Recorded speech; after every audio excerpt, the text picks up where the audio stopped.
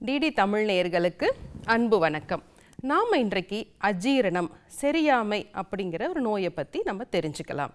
நம்ம சாப்பிட்ற உணவு சரியாக செரித்து சத்துக்களாக மாற்றி கழிவுகள் வெளியேறும் பொழுதுதான் ஒருவன் ஆரோக்கியமானதாக இருக்க முடியும். அல்லது இவங்களுடைய உடம்பு எப்பொழுதுமே நோய்வாய்ப்பட்டிருக்கு அப்படின்னா அவங்களுக்கு ஏதோ ஒரு இடத்துல சிக்கல் இருக்குன்னு அர்த்தம்.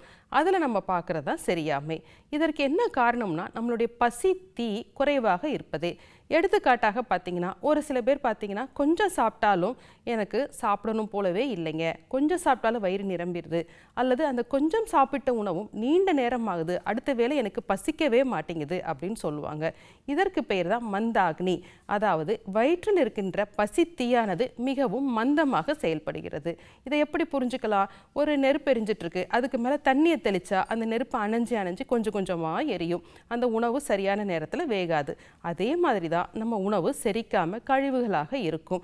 இதுக்கு எந்த தோஷம் அடிப்படையான காரணம்னா கபதோஷம்.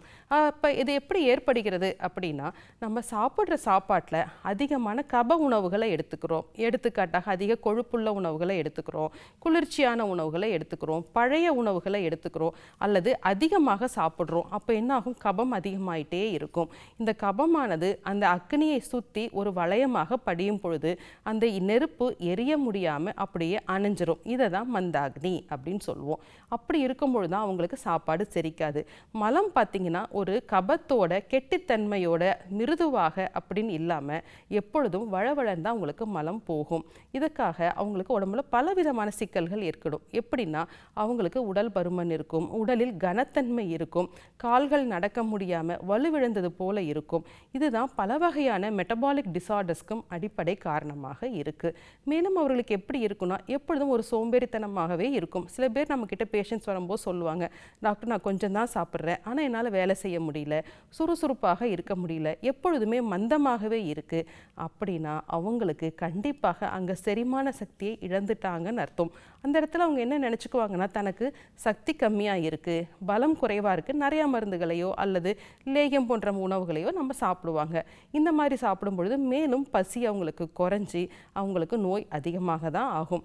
இந்த மந்தாகினி தான் பல வகையான நோய்களுக்கு அடிப்படை காரணம். எடுத்துக்காட்டாக சர்க்கரை நோய், ஹைப்போதைராய்டிசம் அப்படின்னு சொல்கின்ற நோய்க்கும் இந்த மந்தாகினி தான் காரணம்.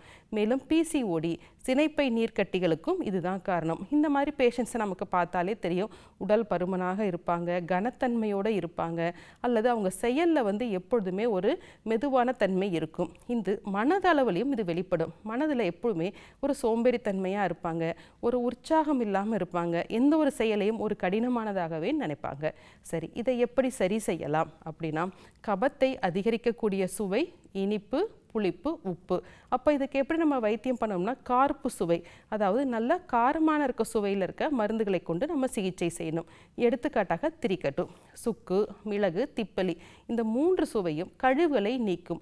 அதனால தான் நம்மளுடைய பாரம்பரிய உணவுலேயே ரசம் அப்படிங்கிற ஒரு உணவை வச்சுருக்கோம். அதில் நம்ம திரிக்கடு, அதாவது மிளகை அதிகமாக நம்ம சேர்ப்போம்.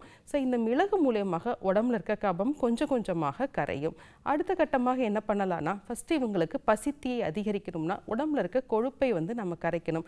அப்போ அவர்களுக்கு விரதம் இருக்க சொல்லலாம், அல்லது வெதுவெதுப்பான தண்ணீரை குடிக்க சொல்லலாம். இப்படி படிப்படியாக அந்த கபத்தை கரைத்து அந்த அக்னியை அதிகரிக்க வேண்டும். இந்த அக்னியை அதிகரித்த பிறகுதான் அந்த நோய்க்கான வைத்தியமே நம்மளால் செய்ய முடியும். இவர்களுக்கு உடனடியாக வமனமோ இல்லை விரேச்சனமோ போன்ற அதிகப்படியான சிகிச்சைகளை நம்ம செய்ய முடியாது. உணவில் பார்த்தோம்னா வறட்சியான உணவுகளை தான் நம்ம எடுத்துக்க சொல்லணும். மேலும் அவர்களுக்கு அதிகமான தூக்கம் இருக்கிறதுனால உடற்பயிற்சி கண்டிப்பாக செய்ய வேண்டும். இப்படி உடற்பயிற்சி மூலமாகவும் விரதத்தின் மூலமாகவும் மிகவும் வறட்சியான உணவுகள் மூலமாகவும் அந்த கபத்தை குறைக்கும் பொழுது அக்னி நன்றாக சீற்றம் குறைந்து நன்றாக வேலை செய்யும். அதன் மூலம் உடலில் உள்ள நோய்கள் முழுவதுமாக மாறும். சரி நேயர்களே, இன்றைக்கு மந்தாகினி மூலியமாக செரிமான கோளாறு ஏற்படுவதை பற்றி நாம் தெரிந்து கொண்டோம். வேறொரு நிகழ்ச்சியில் சந்திக்கலாம். நன்றி.